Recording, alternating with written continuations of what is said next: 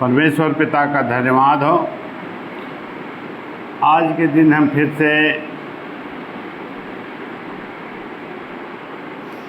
परमेश्वर प्रभु के भवन में इकट्ठा हुए हैं और इसके लिए हम उसका धन्यवाद करते हैं कि उसने हमें आज का दिन दिया है। उसकी महाकरुणा और दया का यह फल है प्रत्येक मनुष्य के लिए जो इस बात को समझता है कि उसके लिए परमेश्वर के पास या परमेश्वर के निकट जाना कितना महत्वपूर्ण है, क्योंकि हम जो मनुष्य हैं शरीर में, और अभी हमने गलातियों की पत्री को पढ़ा है और उसमें ये लिखा है कि शरीर आत्मा के विरोध में और आत्मा शरीर के विरोध में लालसा करती है। तो एक मनुष्य जो शरीर में है, जिस शरीर को जिसके विषय में उसने स्वीकार कर लिया है,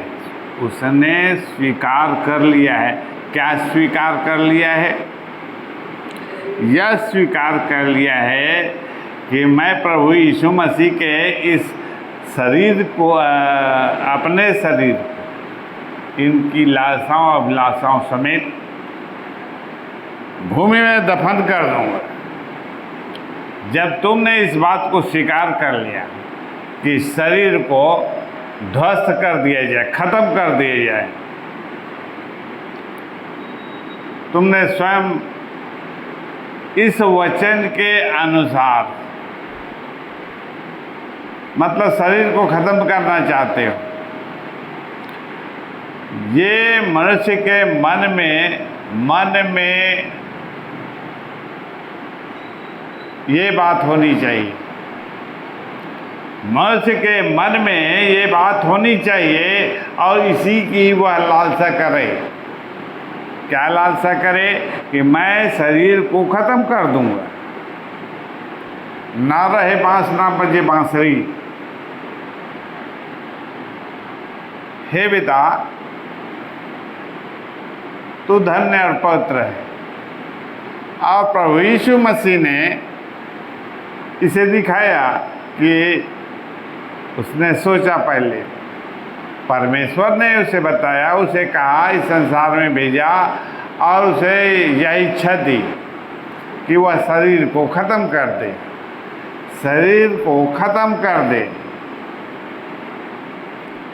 क्यों ख़त्म कर दे? क्योंकि ये शरीर लालसा करती है, आत्मा के विरोध में लालसा करती है। और जब लालसा करती है यह शरीर और आत्मा के विरोध में लालसा करती है, तो जब आत्मा के विरोध में लालसा करती है तो तुम्हारा क्या होगा? उसने तो तुम्हें नाश करने का पूरा प्रबंध कर दिया है। शरीर ने पूरा प्रबंध किया है। यदि नहीं चाहेगा तो भी वह चाहता है कि शरीर परमेश्वर के विरोध में काम करे, परमेश्वर के विरोध में काम करे, अर्थात आत्मा के विरोध में। तो यह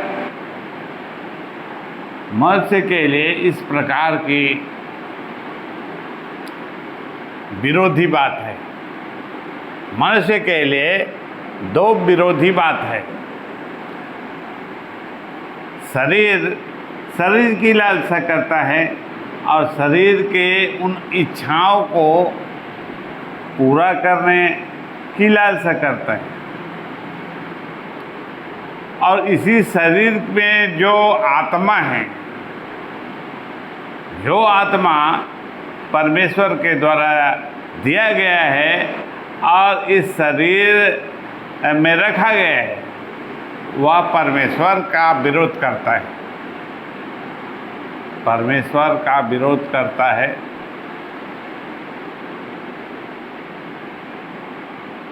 लेकिन यह शरीर जो दिया गया है वह उसका विरोधी है। विरोधी होने के कारण आत्मा के विरोध में काम करता है। वह जैसे आत्मा चाहेगा परमेश्वर की स्तुति करना, धन्यवाद करना, उसकी बड़ाई करना, उसकी महिमा करना, उसे धन्य कहना, उसके सामने झुकना, उसके निकट जाना, उससे प्रार्थना करना, और जो कुछ भी आत्मा उससे कहे, आत्मा उससे कहे और जो कुछ भी वह कहता है उसका वह विरोध करता है। मुझे नहीं करना है, मुझे यह काम नहीं करना है। तो इस प्रकार से शरीर आत्मा के काम का विरोध करता है। और इसी प्रकार से जब शरीर के काम को वह करता है, एक व्यक्ति परमेश्वर का जन, परमेश्वर से जुड़ा हुआ व्यक्ति जब शारीरिक काम को करता है, दीन दुनिया की बातें करता है और शरीर की लालसाओं को पूरा करने में लगा रहता है, उसका स्वभाव ही है कि वह शरीर में है तो शरीर की चिंता वह करेगा। पहले ही से वह तैयार रहता है, क्योंकि आदम का स्वभाव है उसके पास में। तो वह आत्मा का विरोध करता है शरीर, और शरीर आत्मा का विरोध करता है। दोनों एक दूसरे के विपरीत काम करते हैं, एक दूसरे को वे पसंद नहीं करते। शरीर का काम बिल्कुल अलग है। यदि शरीर नीचे है तो आत्मा ऊपर है। तो दोनों के काम इस प्रकार से अलग होते हैं, एक दूसरे से भिन्न हैं। वे एक दूसरे के साथ मिलकर कभी नहीं रह सकते। तो हम शरीर में कैसे आत्मा को रख सकते हैं? यदि इस शरीर में आत्मा को नहीं रख सकते तो कैसे हम उससे मिलेंगे, कैसे उसे अपने बात को कहेंगे और कैसे उसे काम करवाएंगे? ये मनुष्य के लिए बहुत कठिन बात है। तो वह कठिन बात है, इसलिए उसे क्या करना चाहिए? यीशु मसीह ने इसे बताया पहले। यीशु मसीह गलातियों की पत्री में रोमियों की पत्री है। यीशु मसीह को हमने उनकी लालसाओं के साथ, यीशु मसीह के साथ मर गए और गाड़े गए। तो शरीर को मारना ये उसका मकसद है, आत्मा का मकसद। जब तक हम शरीर को नहीं मारेंगे, शरीर को मारना मतलब हत्या करना नहीं है, मतलब जो कुछ भी वह लालसा करता है, शरीर जो कुछ भी लालसा करता है उसको मारना, ये 32वां है। और वहाँ उसकी लालसाओं को ख़त्म करने का, मन से ख़त्म करने का निर्णय कर लेते हैं और उसी में काम करते हैं, उसी में काम करते हैं। और जब हम इस प्रकार से करते हैं, जब हम शरीर की लालसाओं को ख़त्म करने का उपाय करने के लिए आगे बढ़ते हैं, तो आत्मा क्या हो जाती है? प्रबल हो जाती है। आत्मा प्रबल हो जाती है। और जब तक आत्मा प्रबल ना हो तब तक तुम परमेश्वर से संपर्क नहीं जोड़ सकते, परमेश्वर की सहायता को नहीं पा सकते, परमेश्वर के उपाय को नहीं पा सकते। इसके लिए शरीर को ख़त्म करना, शरीर के उपाय को ख़त्म करना, उनकी लालसाओं को ख़त्म करना, ये परमेश्वर से जोड़ने का तरीका है। और इस मनसा को अपने मन में धारण करना। यदि इस मनसा को हम अपने मन में धारण नहीं करते, हम सोचते भी नहीं हैं, हम शरीर में ही रहना पसंद करते हैं और शरीर ही अच्छा है, उसमें अच्छा खाना पीना, सब प्रकार का सुख सुविधा सब कुछ है, तो इसलिए परमेश्वर के साथ रहना नहीं चाहते। हमें उसके पास जाने की क्या ज़रूरत है? या यह सोचते हैं कि वह आत्मा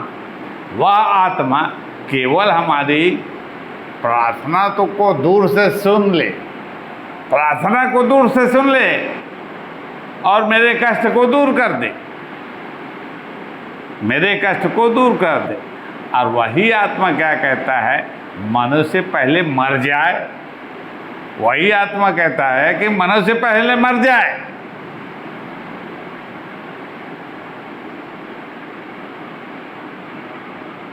जिसके कारण वह मुझसे जुड़ जाए, और जब वह मुझसे प्रार्थना करे, शरीर यदि होगा तो बाधा उत्पन्न करेगा, मेरा काम नहीं होगा आत्मा का। तो इसी कारण से मनुष्य शरीर में होने के कारण उनके पास बहुत प्रार्थनाएं हैं, लेकिन उस प्रार्थना को पूरा करने का कोई उपाय नहीं होता इस संसार में। मनुष्य प्रार्थना तो करना चाहता है और दूर से ही परमेश्वर मेरी प्रार्थना को सुन ले और मुझे चंगा कर दे और मेरे काम को सफल कर ले।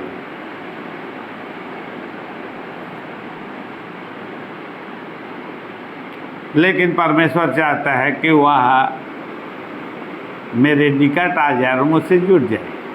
जैसे मैं आत्मा हूँ वह भी आत्मा हो जाए, वह शरीर ना रहे, वह शरीर ना रहे। जैसे मैं आत्मा में हूँ वो भी आत्मा में हो जाए। क्या मनुष्य ऐसा सोचता है कि मैं आत्मा में आ जाऊं? क्या मनुष्य ऐसा सोचेगा कि मैं आत्मा में आ जाऊं?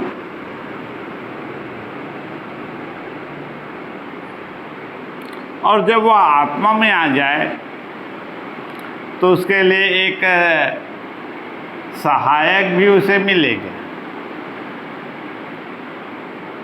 ताकि स्पष्ट रूप से उसकी बात परमेश्वर के पास पहुंच जाए और परमेश्वर की बात उसके पास पहुंच जाए, और दोनों एक दूसरे के लिए काम करने लगे, जिससे काम बहुत ही अच्छी तरीक़ा से और सफल तरीक़ा से होगा। मुख्य बात यही है, शरीर का अंत करना। और पुराने समय में यीशु मसीह के समय में जो चेले थे, वे चेले अपने शरीर का स्वेच्छा बलि करते थे, जबरदस्ती मर जाते थे, जबरदस्ती अपने शरीर का अंत करना चाहते थे। इसलिए सामने जाकर तलवार लेके कोई आया है मारने के लिए, पौलुस को मारने के लिए आया है, वह सामने में आके खड़ा हो जाता है, अपने सिर को झुका देता है और मारने वाला उसके गर्दन काट देता है, क्योंकि वह चाहता है इस शरीर का अंत किया जाए। शरीर रुकावट है परमेश्वर से मेल करने में, शरीर रुकावट है। उस समय चेलों की मनसा ऐसी थी, तो इस शरीर को ही क्यों ना ख़त्म कर दिया जाए। और यीशु मसीह इसे इस प्रकार से उसके चेलों के द्वारा समझाता है, मैंने अपने शरीर को उसकी लालसाओं समेत को उसमें चढ़ा दिया और मार दिया और गाड़ दिया और ख़त्म कर दिया। मतलब ये है कि यहाँ पर जितने भी लालसाएं उन सब को जब मार दूंगा तभी तो वो ख़त्म होगा। शरीर को जब मैं मार देता हूँ तभी तो उसकी सारी लालसाएं ख़त्म होंगी। यदि जीवित रहेगा तो उसके पास लालसाएं तो फिर से आएगी, तब मैं क्या करूँगा। लेकिन इसे विश्वास के द्वारा लिया गया, ग्रहण किया गया। विश्वास आशा की हुई वस्तुओं का निश्चय है और अनदेखी वस्तुओं का प्रमाण है। तो अनदेखी वस्तुएं क्या है कि हमने शरीर को मार दिया है, लेकिन शरीर यहाँ पर जीवित है, बोल चाल रहा है, लेकिन वास्तव में हमने इसे मार के ख़त्म कर दिया है, गाड़ दिया है। और हमने जब उसे मार दिया और दफन कर दिए गए तो फिर से जी उठे हैं, जीवित हो गए हैं, लेकिन शरीर में जीवित नहीं हुए। शरीर में जीवित नहीं हुए तो जीवित किस में हुए? आत्मा में जीवित हुई।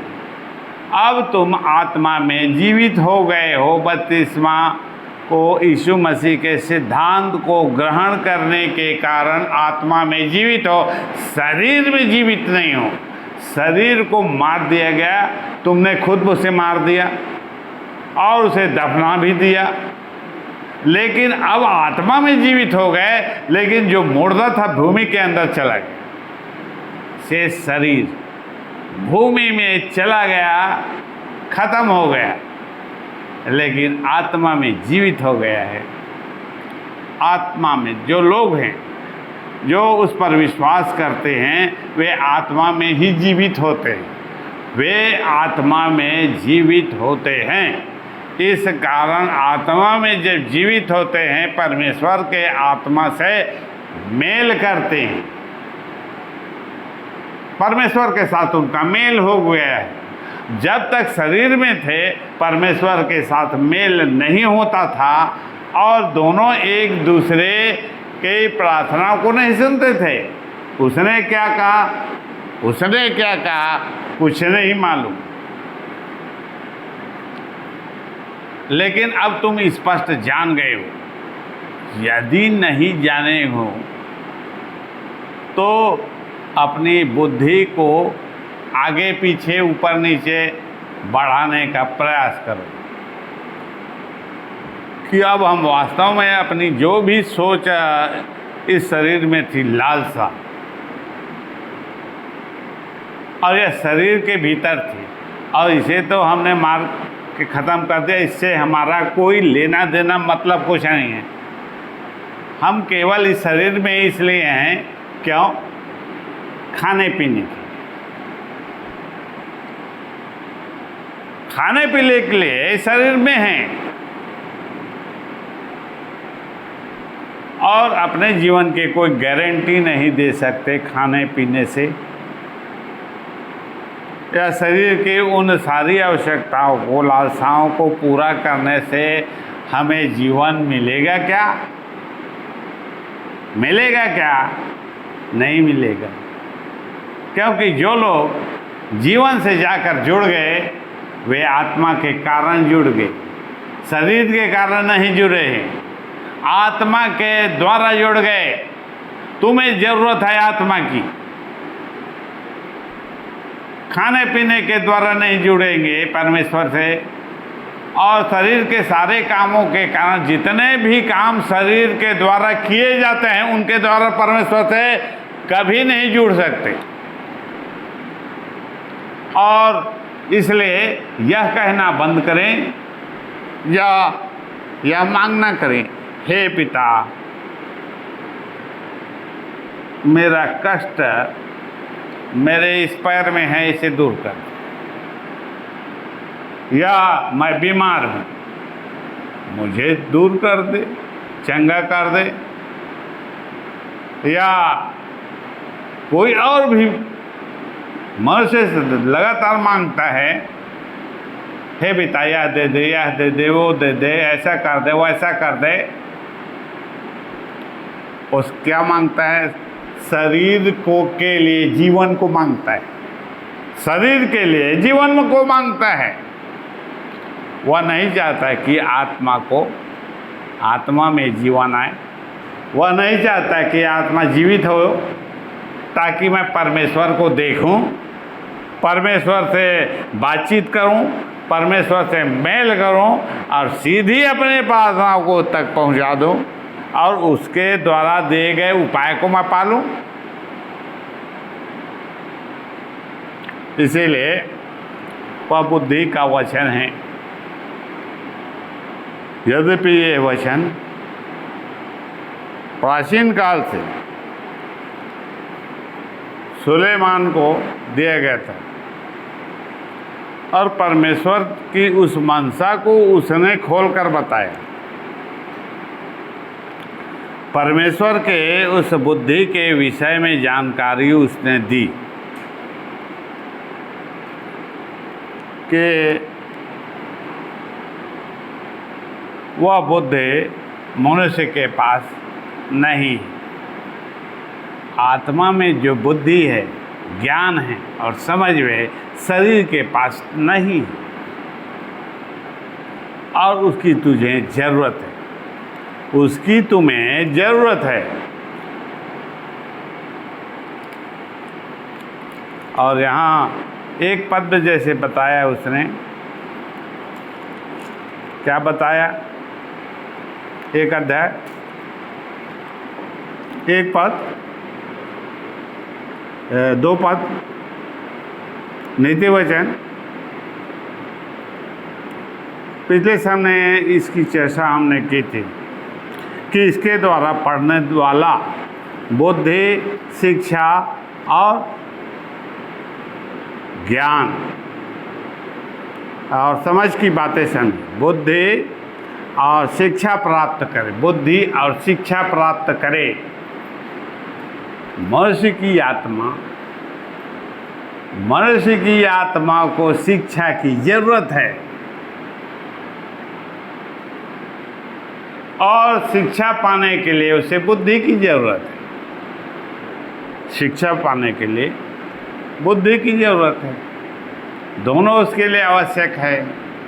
मनुष्य की आत्मा क्या है?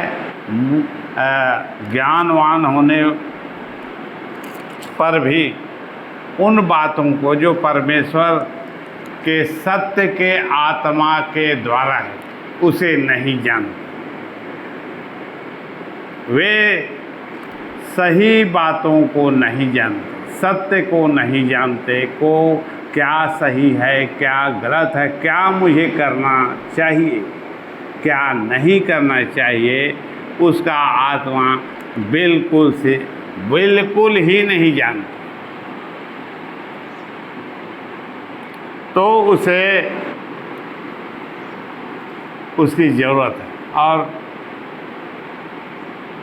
सत्य के आत्मा की ज़रूरत है मनुष्य को। और वह कहाँ पर मिलता है? यहोवा का मानना बुद्धि का मूल है। बुद्धि कहाँ से मिलेगा? यहोवा के पास मिलेगा जो सत्य का आत्मा है। सत्य का मुख्य बात यह है कि वह सत्य का आत्मा है। यहोवा कहने से केवल मनुष्य कल्पना करता है एक शरीर की, जैसे यीशु मसीह की कल्पना करता है, क्योंकि उसके रूप को उसके चित्त में बसा हुआ है। और वह क्या देखता है कि यीशु मसीह ऐसे दिखता है और ऐसे कपड़े पहनता था और ऐसे बोलता था।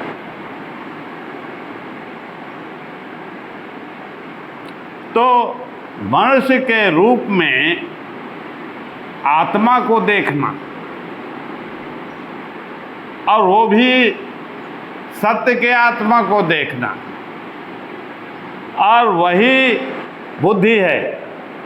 बुद्धि है जो सत्य का आत्मा है। और यहोवा के पास मिलेगा, वो शरीर में नहीं मिलेगा। कहने का मतलब शरीर में नहीं मिलेगा, शरीर में बुद्धि नहीं मिलेगा। शरीर में बुद्धि नहीं मिलेगा तो कहाँ मिलेगा? सत्य के आत्मा अर्थात यहोवा के आत्मा में मिलेगा। वैसे बहुत सी आत्माएं हैं संसार में, और आकाशमंडल में बहुत सी आत्माएं। तो क्या सभी सत्य के आत्मा हो जाएगी? सभी आत्मा यहोवा का आत्मा है, और इसमें मनुष्य नहीं जानता मनुष्य। क्यों नहीं जानता? ये अनेक आत्माएं हैं, और कौन सत्य का आत्मा है, कौन सही है, कौन गलत है, वो नहीं जानता। नहीं जानने के कारण वो उसे नहीं जानता।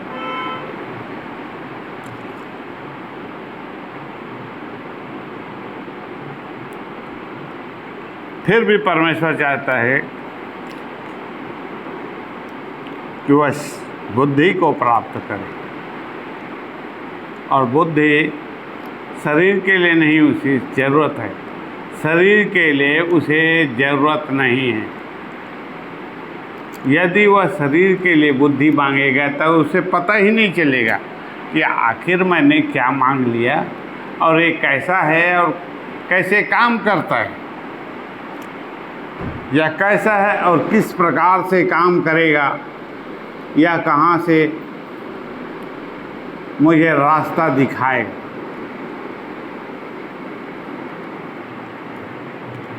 और अधिकतर मनुष्य इसी की चिंता करता है, शरीर में ही चिंता करता है कि मुझे परमेश्वर बुद्धि दे दे। वो भी सही बात है। वे लोग इस बात से परेशान हो जाते हैं कि तुम्हें बुद्धि की ज़रूरत है, बुद्धि मोल ले। इस बात से वे परेशान हो जाते हैं कि बुद्धि तुझे ज़रूरत है तो इसे मोल ले, और बुद्धि की बातों को प्राप्त कर ले। वह अपने आप को भी देखता है कि मैं तो कितना मूर्ख हूँ, मुझे कुछ बात समझ में नहीं आता। वह इसी बात से परेशान हो जाता है कि मेरे पास तो बुद्धि है ही नहीं, मैं मूर्ख हूँ, निकम्मा हूँ। और इसलिए वह निर्णय करता है बुद्धि को पाने के लिए वह बुद्धि देने वाले के पास जाता है। बुद्धि देने वाले के पास तो आत्मा है ही नहीं, शरीर के पास जाता है जो लेक्चर देते हैं, मतलब आत्मिक बातों को बताने के लिए, पास्टरी करने के लिए, और पास्टर की बातों को समझाते हैं। लेकिन ये तो आत्मा की बात है। लेकिन ये तो क्या बात है? आत्मा की बात है। तो शरीर की बातों को वह जब आत्मा उसके सामने रखता है तो वो भी समझ में नहीं पाता है क्या कहता है और क्या मांगता है, क्या कहता है और क्या मांगता है। बताने वाले को भी समझ में नहीं आता कि मैंने क्या बोल दिया, क्या सही बोला हूँ, क्या सही बोला हूँ।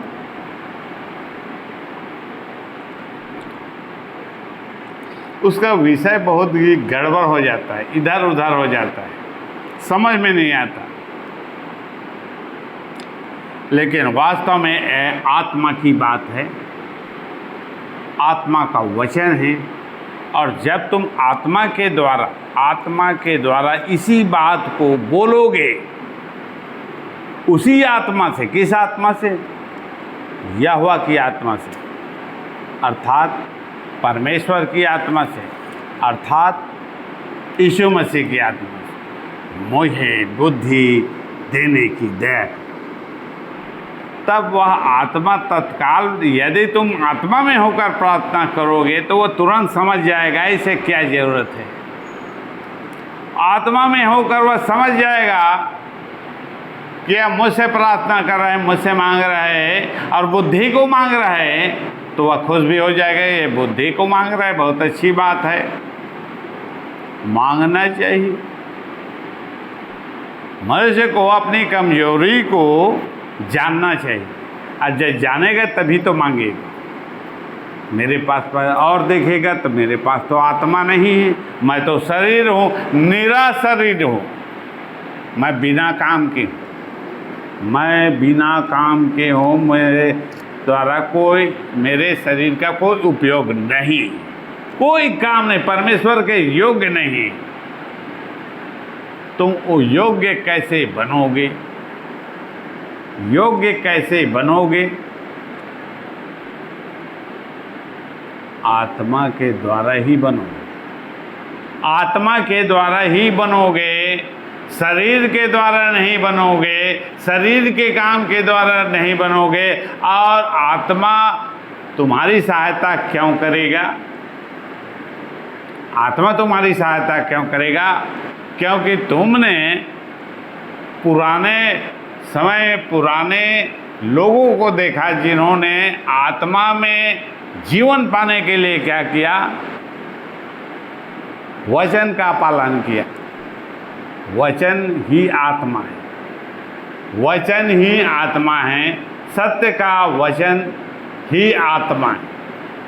यदि उसके अनुसार जैसा उसने कहा है वैसा ही तुम करते जाते हो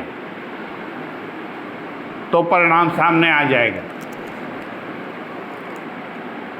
और तुमने यदि बुद्धि पाने में ध्यान लगाए, बुद्धि को पाने के लिए ध्यान लगाया, तो तुम्हें सीधा यीशु मसीह के वचन के एकदम निकट पहुंच जाना है और उसे पकड़ लेना है। यीशु मसीह के उस वचन के पास एकदम निकट पहुंच जाना है, अर्थात जो कुछ उसने कहा, मरने के लिए कहा मर जाओ, मरने के लिए और गाड़ने के लिए कहा गाड़ दो अपने शरीर को, और उसके बाद तीसरे दिन यीशु मसीह जी उठा, वो ऐसे ही तुम भी जी उठोगे, ऐसा कहता है वचन। और वचन का अनुसरण करना है तुम्हें, तब वह आत्मा तुम्हारे पास आएगा और उसके साथ जोड़ोगे, मुझे बुद्धि दे तो बुद्धि देगा, अर्थात तुम समझ जाओगे कोई भी बात को जो कहेगा, या दूसरा मनुष्य जो बुद्धि प्राप्त है कहेगा तो तुम समझ जाओगे कि इसका मतलब यही है बुद्धि। यदि तुम समझ नहीं पाते तो वह बुद्धि नहीं, शरीर उसे समझ ही नहीं सकेगा, और समझने के लिए उसे आत्मा की जरूरत है। परमेश्वर के आत्मा जो दान स्वरूप दिया जाता है,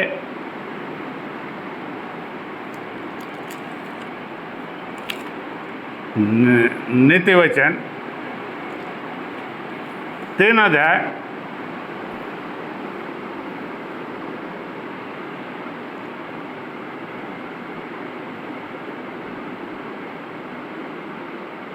5 पद तक पढ़े।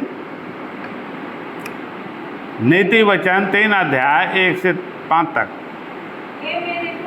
हे मेरे पुत्र, मेरी शिक्षा को ना भूलना, अपने हृदय में। किसके हृदय में? अपने हृदय में। यह शिक्षा या बुद्धि कहाँ दी जा रही है? क्या दी जाएगी तो कहाँ पर दी जाएगी? हृदय में। और हृदय का मतलब क्या निकलता है? मन से। अर्थात क्या कहता है? आत्मा से। हृदय कहा है उसका मतलब क्या है? आत्मा। क्योंकि ऐसा करने से तेरी आयु बढ़ेगी। और ऐसा करने से, फिर से पढ़। अपने हृदय में मेरी आज्ञाओं को रखे। हे मेरे पुत्र, मेरी शिक्षा को ना भूलना। मेरी शिक्षा को ना भूलना। क्या भूल जाओगे? अभी ये कह रहा है अपनी संतानों को कि मेरी शिक्षा की बातें शिक्षाप्रद बातें हैं, आत्मा की बातें हैं, शिक्षा के लिए हैं। और यहाँ से 5 मिनट बाद मैं पूछूंगा कि मैंने क्या कहा, क्या कहा, क्या बोला? तुम क्या कहोगे? मैंने सुना नहीं, मैंने सुना नहीं, मेरे दिमाग से वो बाहर हो गया। क्या आपने कहा? एक बार फिर से कह, एक बार फिर से बोल। तो एक बार फिर से बोलने की ज़रूरत क्यों पड़ी? एक बार फिर से कहने की ज़रूरत क्यों पड़ी? इस कारण क्योंकि पहली बात उसने बता दिया कि पहले ही बता दिया कि ना भूलने की हिदायत दे दी, नहीं भूलना है तुम्हें, तो उसे लिख लिया जाए और बात इसमें ध्यान किया जाए। बाद में फुर्सत में, शांति के समय हम इसे ध्यान देकर पढ़ें और याद करें। हर कोई ऐसा ही करता है। और क्या करता है? अपने हृदय में मेरी आज्ञाओं को रखेगा। अपने हृदय में मेरी आज्ञाओं को रखेगा। तो परमेश्वर के आत्मा के उस वचन को कहाँ पर रख? अपने हृदय में। अपने हृदय में यहाँ समझाने के लिए हृदय शब्द का उपयोग किया गया है, लेकिन आत्मा इसका मतलब है हमारे हम जो कुछ भी सुनते हैं हमारी आत्माओं से समझ जाए, हमारी आत्माओं से ग्रहण कर ले। जब वह आत्मा के भीतर जाएगा, वह शब्द जो बोला गया है आत्मा के भीतर वह उसे पहुंचाने का प्रयास करे, लेकिन शरीर उस शब्द को पहुंचने नहीं देता है। वह उसके सामने खड़ा हो जाता है, वहाँ रिकॉर्ड नहीं हो पाता। आत्मा में रिकॉर्ड नहीं हो पाता वह शब्द, लेकिन परमेश्वर चाहता है कि मनुष्य के आत्मा में वह शब्द जो मैंने कहा है वह रिकॉर्ड हो जाए। तुमने शरीर तक समझने की कोशिश की, क्या मेरा शरीर के भीतर ऐसा कोई तंत्र है जो परमेश्वर के शब्द को रिकॉर्ड कर ले? परमेश्वर के शब्द को रिकॉर्ड कर ले? शरीर में ऐसा कोई तंत्र नहीं है जो आत्मा के शब्द को रिकॉर्ड कर सके। रिकॉर्ड करने के लिए अपने शरीर के द्वारा दूसरे यंत्र को बनाता है, वो रिकॉर्डर बनाता है। शरीर के शब्द को तो वो सुनता है, रिकॉर्ड भी करता है, लेकिन आत्मा के शब्द को न सुनता है न रिकॉर्ड करता है। तो तुम्हारे पास परमेश्वर के उस सत्य के आत्मा के शब्द को रिकॉर्ड करने की शक्ति होना चाहिए। परमेश्वर के आत्मा के शब्द को रिकॉर्ड करने की शक्ति होना, यंत्र होना चाहिए कि जब तुझे ज़रूरत पड़े, जब तुझे ज़रूरत पड़े तो तुम उसे स्मरण करके उसका मनन कर सकते। जैसे प्रभु यीशु मसीह ने बताया, वह मेरी महिमा करेगा। मैंने जो कुछ कहा है तुम्हें स्मरण दिलाएगा। मैंने जो कुछ कहा है मेरे ही शब्दों के द्वारा जो कुछ भी सिखाया है उसके विषय में गवाही भी देगा, स्मरण भी कराएगा। परमेश्वर प्रभु यीशु मसीह के आत्मा में अर्थात सत्य के आत्मा में परमेश्वर के शब्द को रिकॉर्ड करने की शक्ति है। परमेश्वर का आत्मा जब तुम्हें दिया जाता है जिसके तुम भागी हो गए हो, और उसी के द्वारा वो रिकॉर्ड होता है, उसी के द्वारा स्मरण होता है। प्रभु यीशु मसीह के वचन के द्वारा। तो हे मेरे पुत्र, अपने हृदय में मेरी आज्ञाओं को रखे रहना। कितने समय तक मैं रखा रहूँगा, कितने समय तक वो मुझे याद रखेगा?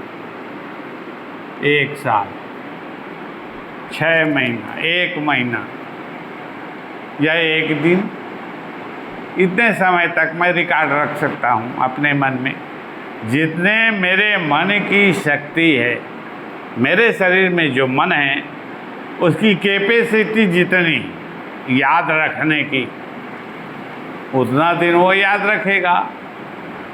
उसके बाद वो भूल जाएगा, ख़त्म हो जाएगा। लेकिन वो कहता है कि मेरी आज्ञाओं को रखे रख। और आगे क्या कहता है 2 पद? क्योंकि ऐसा करने से तेरी आयु बढ़ेगी। और वो बताता है कि ऐसा करने से तेरी आयु बढ़ेगी। ऐसा करने से, क्या करने से? अपने हृदय में मेरी आज्ञाओं को रखे रहने के कारण परमेश्वर के वचन को अपने मन में रखने का बेनिफिट क्या होगा, फायदा क्या होगा? तुमने तो उसके वचन को सुना, लेकिन उसे याद रखने का काम नहीं किया।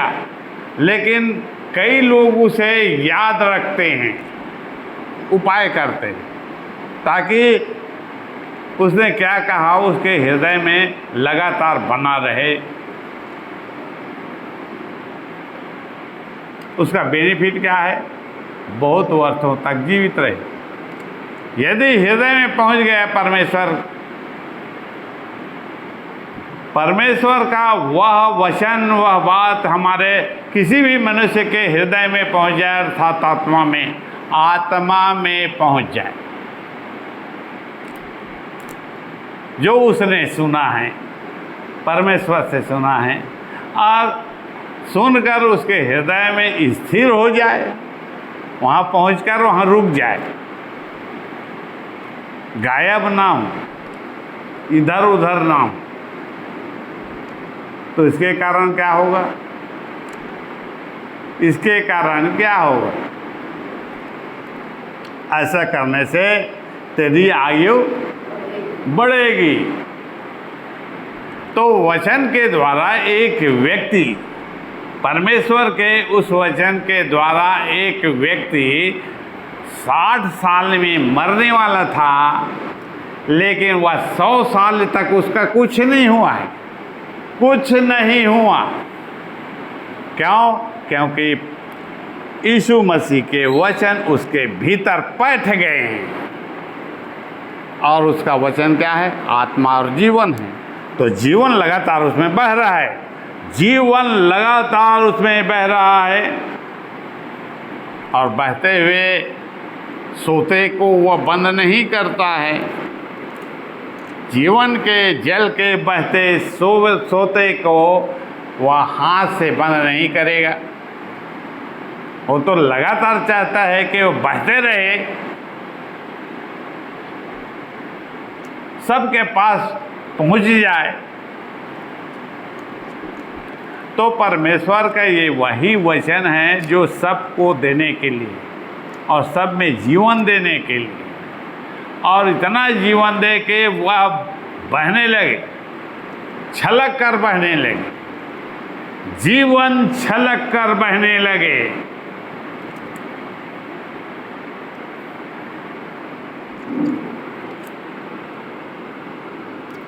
और तू अधिक कुशल से रहेगा, और तू अधिक कुशल से रहेगा। अभी तुम कुशल से हो क्या? अभी तुम क्या कुशल से हो? तो कैसे हो? सिर दर्द कर रहा है, आँख दिखाई नहीं दे रहा है, कान सुनाई नहीं दे रहा है, पैर नहीं चल रहा है। इस प्रकार से कितनी ही समस्याएं तुम बताते चले जाओगे। तो उस शब्द को सुनना, परमेश्वर के उस शब्द को सुनना कितना महत्वपूर्ण है, तुम्हें दीर्घायु कर देगा। तुम रोगी हो तो फिर भी चंगे हो जाओगे। रोगी हो, वचन को पकड़े रहना इतना महत्वपूर्ण। परमेश्वर के वचन को पकड़ के रखना कितना महत्वपूर्ण है। यदि तुम उसे पकड़ के अपने भीतर ठेल कर भेज देते हो आत्मा में, तो क्या होगा? तुम्हारे लिए बहुत लाभदायक। यदि उसके भीतर रख लिए, भर के रख लिए, तो अभी तुम्हारा आँख दिखाई देने लगे, कान सुनाई देने लगे। उसे भर कर रख दिया। तुमने भर कर नहीं रखा है, इसलिए शरीर में समस्या उत्पन्न हो रही है। उसे अपने भीतर रखना है, उस आत्मा के पावर को, उस शक्ति को, उस वचन को अपने भीतर बैठा के रखना है। ये वचन तो बुद्धि के वचन, इसीलिए उसने बुद्धि के विषय में बताया कि तुम्हें किसकी ज़रूरत है? बुद्धि की ज़रूरत है। तुम्हें चंगाई की ज़रूरत है। चंगाई की ज़रूरत नहीं है, बल्कि तुम्हें बुद्धि की ज़रूरत है। बुद्धि की ज़रूरत है, और उसके साथ क्या ज़रूरत है? समझ की, और उस ज्ञान के वचन की ज़रूरत है।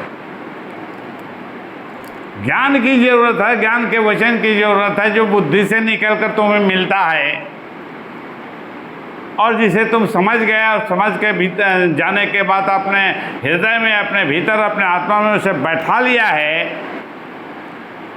उसकी ज़रूरत है, जिसके द्वारा तुम चंगा हो जाओगे, उठकर खड़ा हो जाओगे। तुम्हारे आँख दिखाई देने लगे, तुम्हारा कान सुनाई देने लगे, तुम्हारा पैर चलने लगे।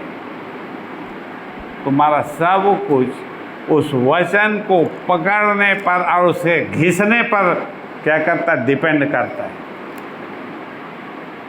उस वचन को घिसने पर डिपेंड करता है कि कितना तुम उसमें से पावर निकाल पाते हो।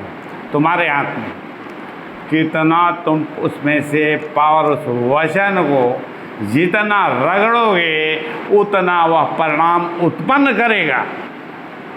बात यह है कि वह वचन तुम्हारे आत्मा के भीतर नहीं पहुंच जाए, और नहीं पहुंचा है तो किसी भी तरीका से, जो उपाय और तरीका इस पवित्र शास्त्र में दिया जाता है, उसके अनुसार वह काम करो कि तो किसी भी हालत में तुम्हारे आत्मा में ये वचन तुम्हारे शरीर का वह वेदना, शरीर का वह दर्द, शरीर के वे सारे निर्बलता को तुम परमेश्वर के पास पहुंचा सको।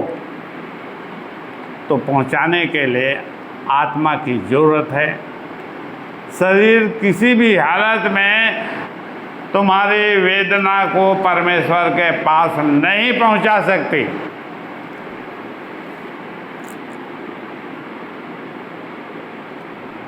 ट्रांसमीटर होना चाहिए।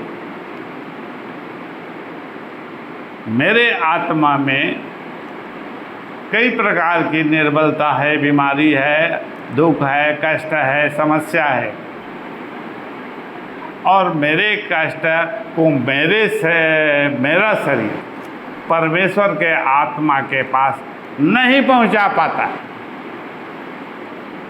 इसलिए वह सुनता भी नहीं, और सुनता भी है तो उसे भाषा समझ में नहीं आती है, क्या कहा नहीं क्या। लेकिन आत्मा की भाषा को तुरंत जान जाएगी, क्योंकि तुम्हारे भीतर की जो आत्मा है वह यहोवा का दीपक है, और वह जानता है कि इसने क्या कहा है। तुरंत समझ जाएगा कि इसने क्या कहा।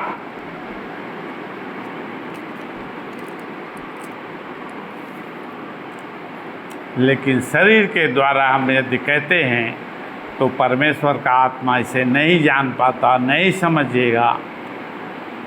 इसलिए स्पष्ट भाषा में, स्पष्ट प्रकार से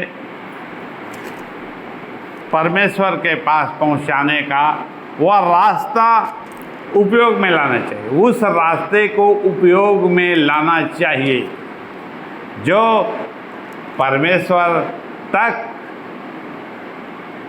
इस शब्द को, जो हमारी आवश्यकता है, वहाँ तक पहुँचा सके। और वह क्या कहती है, ऐसा करने से दीर्घायु और अधिक कुशल से रहोगे। 3 पद को फिर से पढ़े।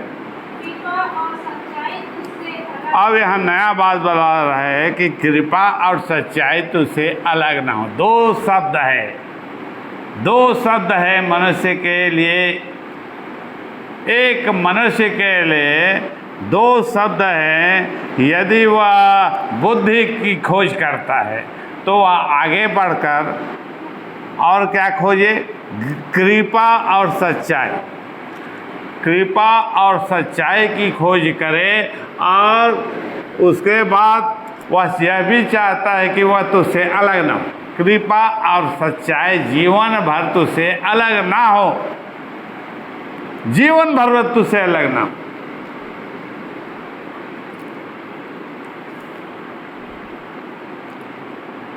वरन कैसा हो,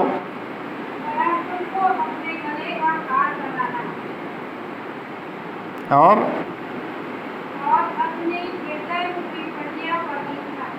अब पटिया में हृदय रूपी मतलब ये वही बात है कि आत्मा में वो ये शब्द अंकित हो जाए, रिकॉर्ड हो जाए।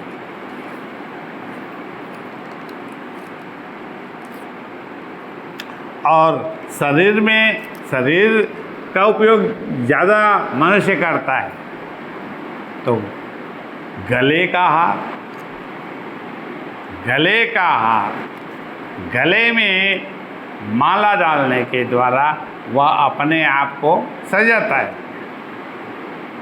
तो उसी अनुरूप वे शब्द को अपने गले में लटका ले, इस प्रकार से रखे। गले में जैसे देखता है तो उसका मेरा हार है कि नहीं दिखाई देता है, दिन अरे गंवा गए।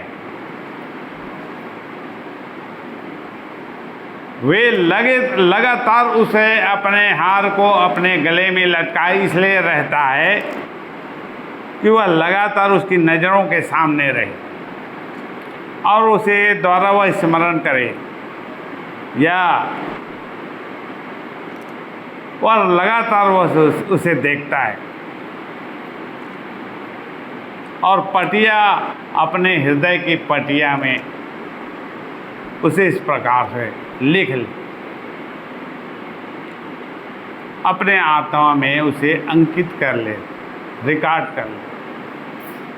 शारीरिक रूप से गले के हार के रूप में उसे लटका ले, ताकि जब उस वचन की उसे ज़रूरत होगी तो तुरंत वह देखेगा और उसे मैंने क्या कहा था उसे समझ में आ जाएगा।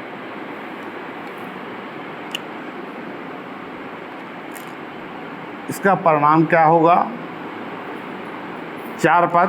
तो तू परमेश्वर और मनुष्य दोनों का अनुग्रह पाएगा, तू अति बुद्धिमान होगा। फिर से पढ़। तो तू परमेश्वर और मनुष्य दोनों का अनुग्रह पाएगा। कृपा और सच्चाई मुख्य है, उसको तू अपने हृदय में बांध के रख ले, या पेटी में भर के रख ले, गाड़ दे, लिख ले। जो कुछ भी करे तेरे आत्मा से वह बाहर ना निकले। लगातार तू उसे स्मरण में, अपने आत्मा के स्मरण में रखे। इस प्रकार से जब उसकी ज़रूरत हो, मैंने क्या कहा था बता तो मुझे, मैंने क्या कहा था मुझे ही नहीं मालूम, दूसरे से पूछता हूँ क्या बताएगा। लेकिन आत्मा में लिखी हुई बातें कभी मिटती नहीं हैं। आत्मा में लिखी हुई बातें कभी, और आत्मा के द्वारा किया गया कार्य कभी नहीं मिटेगा। लेकिन शरीर के द्वारा वो कुछ समय में गायब हो जाएगा, लेकिन आत्मा के द्वारा कभी गायब नहीं होगा, वह हमेशा तुम्हारे सामने रहे। और क्या पढ़े हैं? मनुष्य और परमेश्वर दोनों का अनुग्रह पाए। यदि अपने पिता के द्वारा दी गई वे बातें, बुद्धि की बातें अपने पुत्र को बताई जाती है या परमेश्वर के द्वारा बताई गई, परमेश्वर ये सत्य के आत्मा के द्वारा वे बुद्धि के वचन बताए गए, रास्ता दिखाया गया, कृपा और सच्चाई का रास्ता बताया गया, वह हमेशा उसके साथ रहेगा। और जिसके कारण वह मनुष्य और परमेश्वर दोनों का अनुग्रह पाए। परिणाम ये होगा,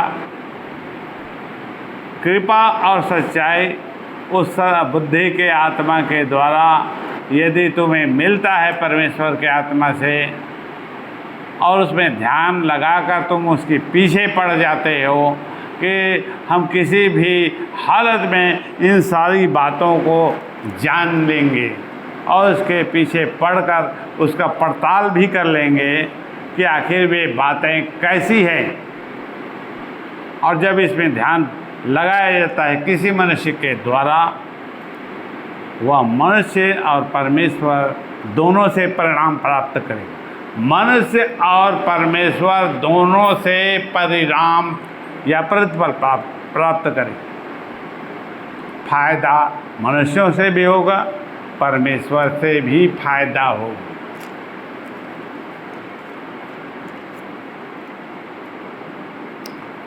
कृपा और सच्चाई हमने क्या देखा?